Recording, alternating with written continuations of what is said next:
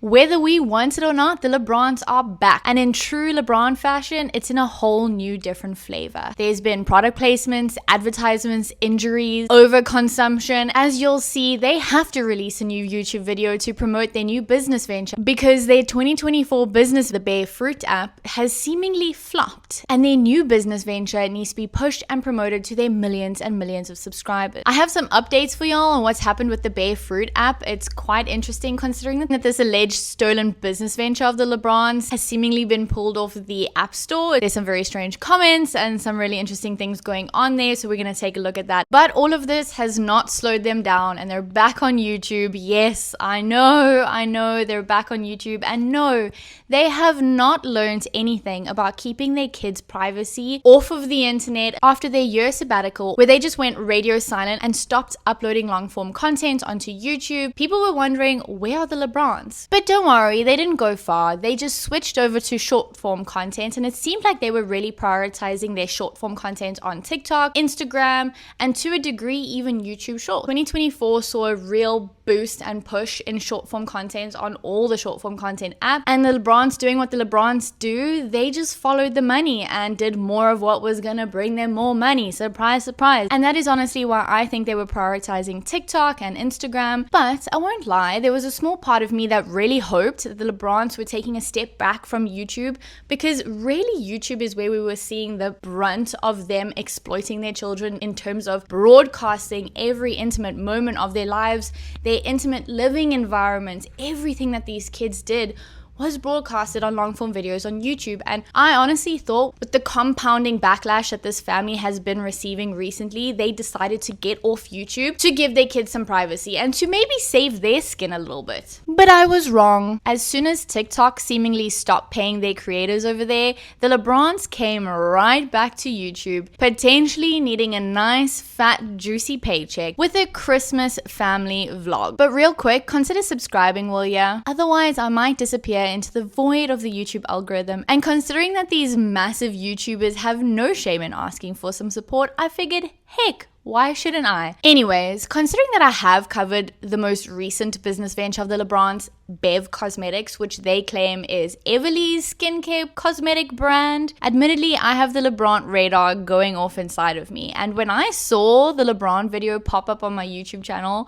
not that I'm subscribed to them, but obviously in my research and being totally against family vloggers, I guess the algorithm bestowed this update onto me, and here I am now, making commentary on it. When I saw the LaBrant family video, knowing that they had been off YouTube for a year, I couldn't help but put together that they have just recently launched this new business venture. And as much as everybody might want to say to me that it's Everly's business, it's not Cole and Savanahs, come on, really people? Really? After a year of being completely absent from YouTube with very little explanation as to why, I had to ask myself, is it just a coincidence that a month after releasing a new business venture, they're uploading a YouTube video that's going to probably get hundreds of thousands, if not 1 million or more views? And what better way to promote a new business venture than to put it in front of hundreds of thousands of people? And of course, 4 minutes into this Christmas vlog video, they are pushing and promoting Bev Cosmetics, and it is so obviously scripted into the video. You can just imagine Cole and Savannah sitting there thinking, how do we naturally get Bev Cosmetics into this video? How do we turn it into just a natural thing where we just go, oh, we just stumbled onto the product and yeah, let's just talk about it a little bit. And that's literally what happens. They start off the video and then Everly happily suggests doing a room tour, which we all know the LaBrants are happy to show us their mansions that they live in, so this is not that surprising. But again, it just shows the level of mental erosion and the privacy that's been eroded from these kids, that Everly now, as a 13-year-old, you know, she knows what she's doing, she knows what's getting out there, and she clearly has no problem putting her bedroom out to the world for millions and millions of people to see her bedroom. I don't know about you guys, but when I was a teenager, I didn't want anyone coming into my bedroom. My bedroom was my personal on private space. Is it strange? Is it strange to be showing a child's bedroom online for millions of people? Or is it just me? Like, is it something that's harmless? Or should children be given the right to keep their bedrooms a little bit private? One of the reasons that this irks me so much is the idea of having a sense of privacy within your home as a child, and how important that actually is for the future psychological effects that this may have on a person. There truly are psychological effects around not having a sense of privacy within the home when you're a child or for children. And it's not always about having your own space and a big room. The idea of personal privacy and why it's important in children is more centered around the fact that they feel like they can be and do what they want and be whoever they want without being viewed and seen by either their parents or their family members, or in Everly's case, millions and millions of people. It turns children into the type of people who are constantly on. You know what people say about Ryan Reynolds and how he's always on, that character that's always on? Imagine being a young child and you feel as though at any point someone could walk around the corner or open your door, and whatever you're doing, whatever you look like, whatever mood you're in, it could potentially be caught on camera. It's not to say that they live in a Truman Show world where there's cameras on them 100%, but they live every waking moment knowing that at any point a camera could potentially be on them. And this could lead to developmental issues like not knowing their true identity, feeling as though they have to constantly perform. Children who never had privacy at home could also develop a weak sense of boundaries. They don't know how to say no to people. They turn into people who feel guilty for wanting space, and we can see that with Everly. I mean, Cole and Savannah LaBrant constantly say how Everly actually panics and feels anxious around the safety and security of her siblings, and at 13 years old, this has serious ramifications. And Everly is not the only child that experiences this. There are so many older siblings out there that felt that weight of responsibility when looking after their younger siblings. And honestly, for a family this privileged, it shouldn't be Everly's role to worry and fear and feel this level of caretaking towards her younger siblings. But on the childhood privacy issue, children who never have a sense of privacy at home, they turn into adults who have hypervigilance. As I said, they never have an off switch. They are always on. They are constantly performing. They struggle to relax. And because they don't have the room to just be who they are and do whatever their young imaginative selves can come up with, they start hiding parts of themselves. I think about me in my childhood and how I used to walk around on my own and play pretend game in this imaginary world, and I honestly think it aided me in my sense of imagination and the way I think and who I am as a person. I was able to express myself freely because I was allowed to just go off on my own and do whatever I needed to do without feeling as though people were watching me. Imagine how a child who constantly has a camera and starts growing up realizing that everything and anything they do is going to be online forever and is going to impact their identity forever, which Everly is now at an age, she now understands this. She is going to start curating who she is. The whole online persona of who Everly is slowly going to keep pushing her into that identity. She has had no choice in who she is at this point. The algorithm and the content schedule has decided who Everly has become because her parents have kept pushing what the algorithm has wanted. It's disgusting, really. And in this vlog, this new vlog that they've come out, Cole goes outside where Everly is evidently recording a video for TikTok. Her phone, or Savanah's phone, is perched on there, which, just a little quick tidbit on that. They keep claiming that Everly doesn't have a phone and she's not subjected to all of the things that are bombasted at her constantly. But every time you look at a video of them, Everly is on a phone. And they say that it's Savannah's cell phone. They even address this in this recent Christmas vlog that they do. They address that it's Savannah's phone and not Everly's phone, and she doesn't actually have a phone. A lot of comments were like confused that, because Everly now is like posting more on her Instagram and like has her skincare line. They were like, does she have a phone now? But no, she just uses mine to use social media. Sadly, but it's pretty awesome. You guys kind of share a phone. Yeah. Because honestly, she's probably on it more than She you texts are. her friends on my phone. Okay. And I get, like, cool, that means Savannah can go into it and essentially monitor what is going on that cell phone, but she still has a phone. Every time you see Everly in the background, she's sat on a phone, or she's holding a phone, or she's using a phone.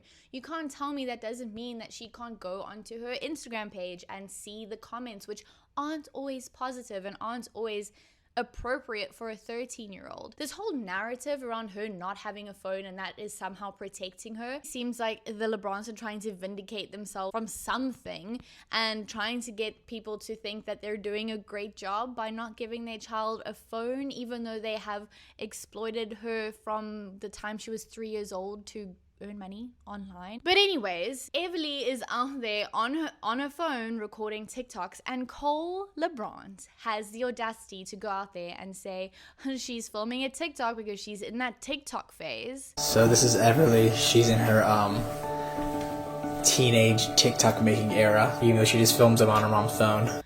As if she hasn't been in a TikTok phase her entire life, because you as parents have never gotten out of the TikTok phase. Make it make sense. The LaBrants have literally raised Everly to be a TikTok phase. And it's so incredibly sad. And Cole especially has never ever left this TikTok phase, and he has the audacity to go out and say, oh, she's filming a TikTok because she's at the age where she's obsessed with TikTok. No, this has been a curated lifestyle from the beginning. This has always been who all of you are. It just shows how blind and hypocritical these parents actually are to the issues at hand here and the issues that they have fostered for their own children and for their own family. And going back to the sense of privacy and how Cole has just gone out there while Everly's recording her TikTok video, Everly does that typical teenage thing that we all used to do when our parents came in and we just didn't want them being around.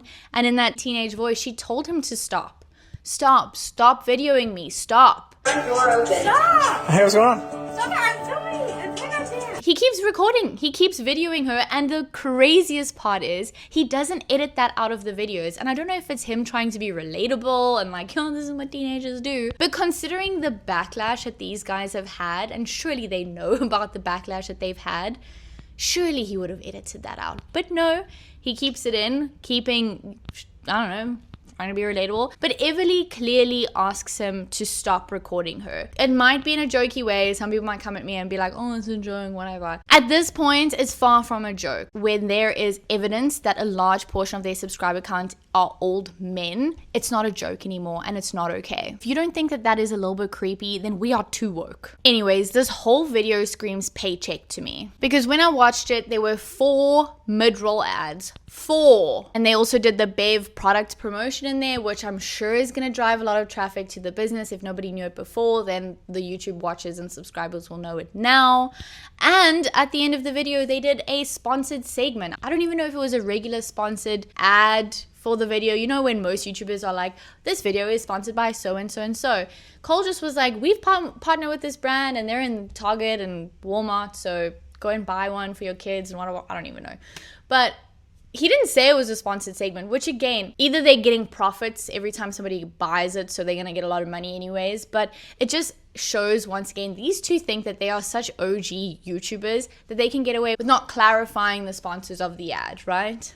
They're not clarifying the details of the partnerships that they're working with. They're going to promote whatever they need to promote. They're going to do whatever they need to do to earn some money, which money they have definitely received with 4 mid-roll ads with a viewer count of over 700,000 views as of this video that I'm making right now. They've earned a lot of money through AdSense, which on the topic of doing diabolical things in the name of earning money on YouTube, the very next video that they post is Savanahs' traumatic head injury, which they have absolutely no problem putting a graphic picture of Savanah's head injury, which let me just tell you, I'm probably going to include that in my thumbnail as well. But the difference is my audience is not primarily children. And in all honesty, I think it's primarily because my audience is becoming a group of women or mothers who want to protect children and who are anti the exploitation of children, and who want to speak up about how this is a problem and how as society as a whole, we need to see the dangers for what it is. Considering that the newest and biggest craze is for young women or young people, which includes young women, is to become TikTokers and influencers, we're seeing an influx of women with children who see absolutely no problem with putting their kids, their young kids, online, showing every part of their kids' lives, completely taking their right to create their own digital identity online, which is a huge part of today's world and today's society, but they don't care. They don't care because they're earning a lot of money doing it, and they want to be influencers. They want to stay at home and just be able to record all day and showcase their life, completely sell their kids off to the abyss of the creepy people online that are watching it if it means that they get a paycheck. I get into real conversations about this in my real life with people who have kids and who are choosing to share online, and what they're choosing to share online and how they're choosing to share online. And the more educated you are on the issues at hand with child exploitation through the use of social media, the better equipped you could be for these type of conversations. So yes, we should be talking about this, and yes, we should care about it. I see so many people in the comment section, which is so ironic, tickety typing there on the comment section saying that people should keep their opinions to themselves. If they don't like it, they should scroll past. And this type of thinking drives me insane. Not only is it hypocritical to tell people to not have an opinion and to just walk past it, yet they themselves couldn't hold themselves back from replying to this and giving their opinion. Hypocritical much? What they're promoting fundamentally is that people shouldn't speak up and have an opinion against something that is fundamentally wrong with society. It's people who are saying we shouldn't be speaking about this because we shouldn't care, right? If we don't like it, move on. That is how we allow people to perpetuate problems. That is how we allow people in society to slowly degrade the society we live in, because we just like, oh, well, whatever, we're gonna keep quiet about it. No, we need to be speaking about these issues. We need to be educating people so that maybe they make smarter decisions when they think that becoming a mommy vlogger is the next best thing. The LaBrants are a clear and cut case of how mommy vlogging is a slippery slope into whatever the abomination this family is right now online, where they have no shame in sharing whatever they have to share to gain views, money, and an income. Because at this point, they have proven that they can't make a success of themselves alone without exploiting their children. Look at the Barefoot app example, for instance. And when they try, it's always so bizarre. Like this YouTube video where they have showcased her head injury, where they have no shame and they are literally showing their audience Savannah getting her skull stapled back together. It's disgusting. It's absolutely disgusting. But because it's graphic and it's shocking, people have flocked to the video, and that video alone also has almost 300,000 views already. It's only been out for a couple of days, and they're obviously earning a decent amount of money. I think that video, when I watched it, because yes, I did watch it, and it's very sad I did, but I had to have the information to bring you people. That video had 3 mid-roll ads in it. So yes, they have monetized a tragedy again within their life, and that is what they do. You remember when Zealand had his medical emergencies and they broadcasted that for everybody to watch and quite literally shared pictures and images of their little baby boy on the floor with paramedics surrounding him. This is broadcasting Zealand's private medical experiences online for millions of people to see forever. He and all of those siblings have absolutely no control of how they are represented online. This is a clear example of how he is in a serious and vulnerable medical situation, and the LaBrants feel as though it is okay to share this online for millions and millions of people. And just think about it. If you have watched that video, Cole and Savannah are, as they do, they make it sound like the most devastating and dramatic moment of their lives. And don't get me wrong, it seemed like a very scary medical condition or experience that Zealand went through. And I know how terrifying that is. I have been in medical emergencies with young toddlers before, and it really and truly is a scary situation to be in. But to think that while the paramedics were there still working on him, someone decided, which it seems like it was Cole, to pick up a phone and take a photo of it. And there on out, the entire medical experience, the hospital trip, the ambulance, everything, there were pictures.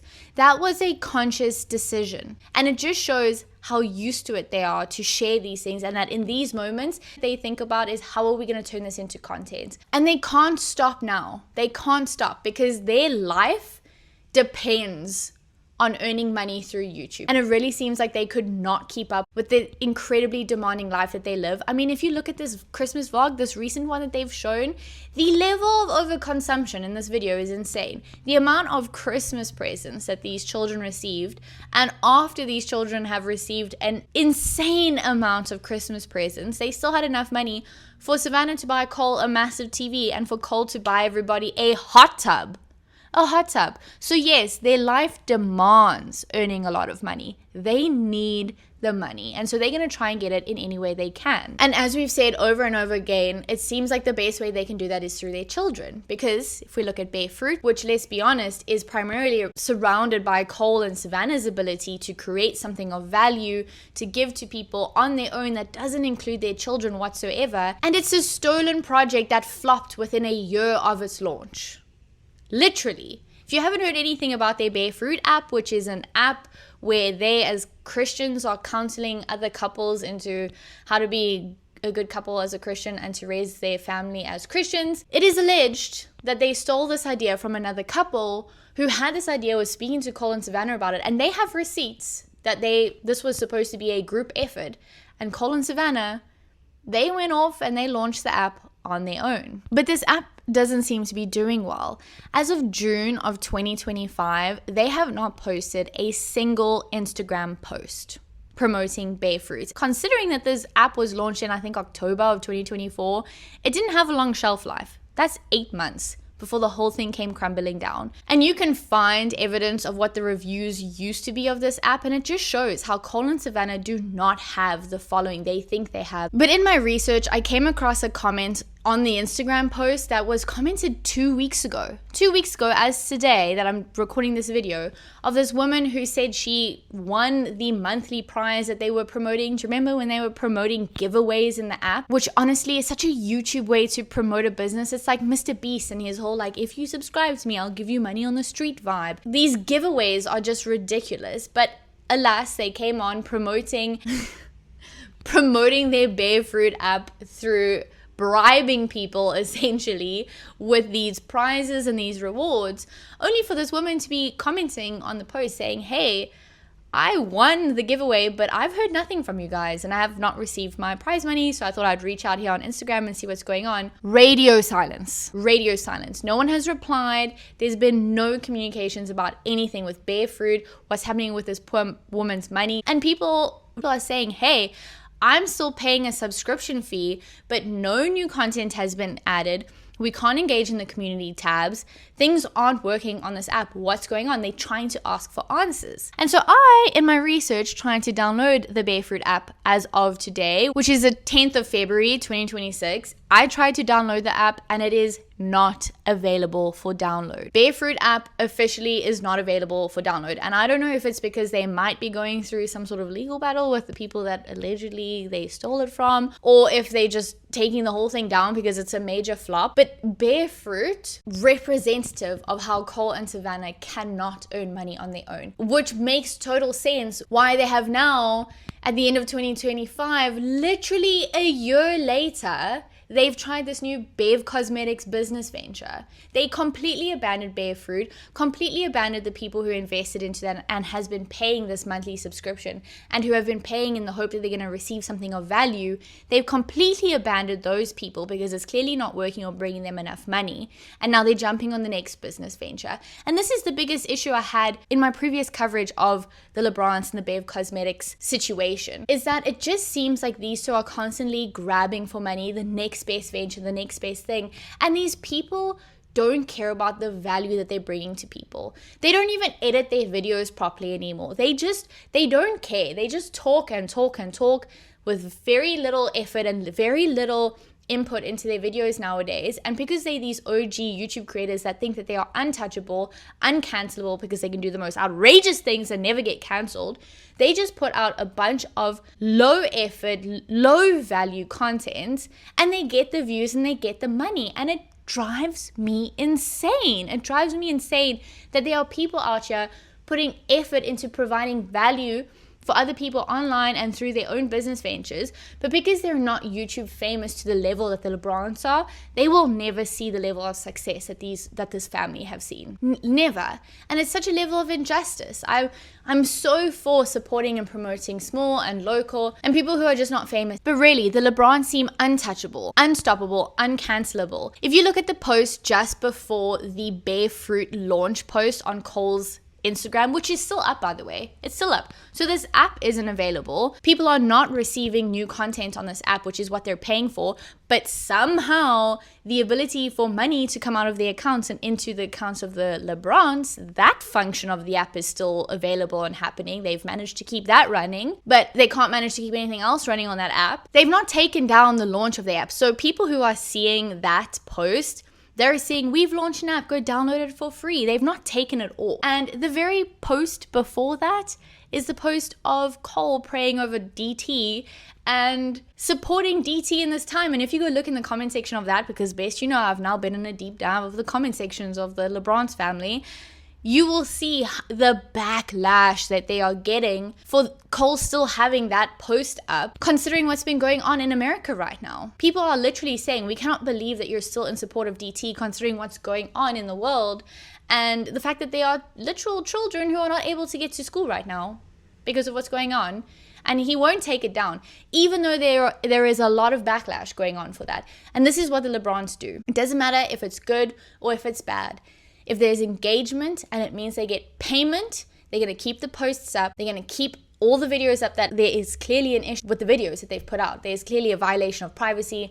There's a violation of their children being able to create an identity for themselves. They are scamming people and they're keeping it all up because engagement remains and the money keeps flowing. And the reason this should be spoken about is that it should not be allowed that parents can do and post whatever they want about their children online to earn money. Why can we not get to a point where child content from family vloggers is just not monetized? Listen, if you want to share it for the world, share it for the world. Clearly these parents aren't going to be stopped. But as soon as money is involved, as soon as it allows these parents to turn this into a career, that is when simple sharing becomes exploitation. That is how we are here today, with Bev Cosmetics being Everly's 13-year-old cosmetic company, which they've created not caring about the Sephora teen issue and the trend that is turning 6-year-olds into cosmetic influencers. They don't care about adding to that problem. They don't care that they promote a trend that is clearly negatively impacting the psychological, developmental aspects of young children. We're talking 6-year-olds.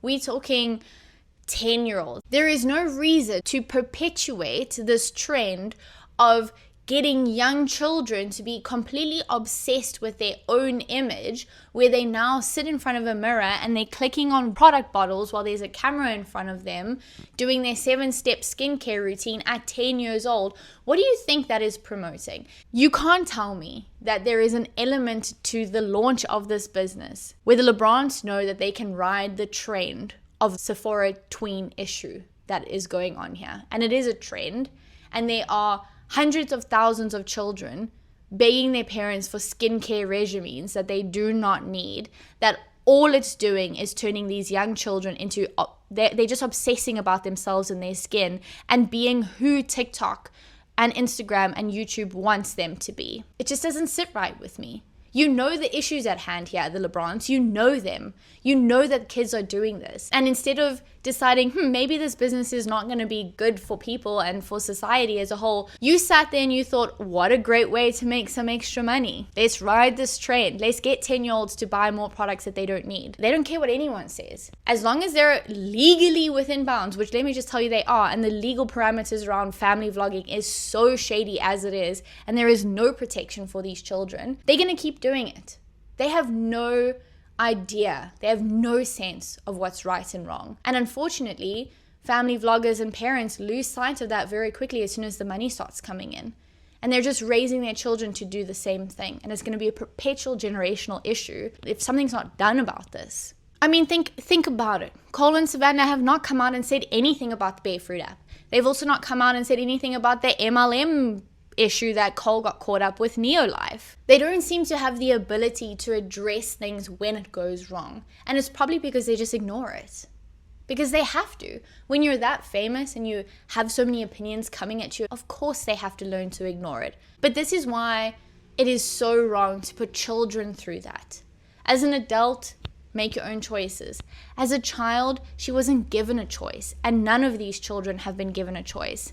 And that is why this should be important to you. That is why this should be important to everybody. It is a case study. The LaBrants are a case study of what not to do with your children online. Sure, it's earn them money.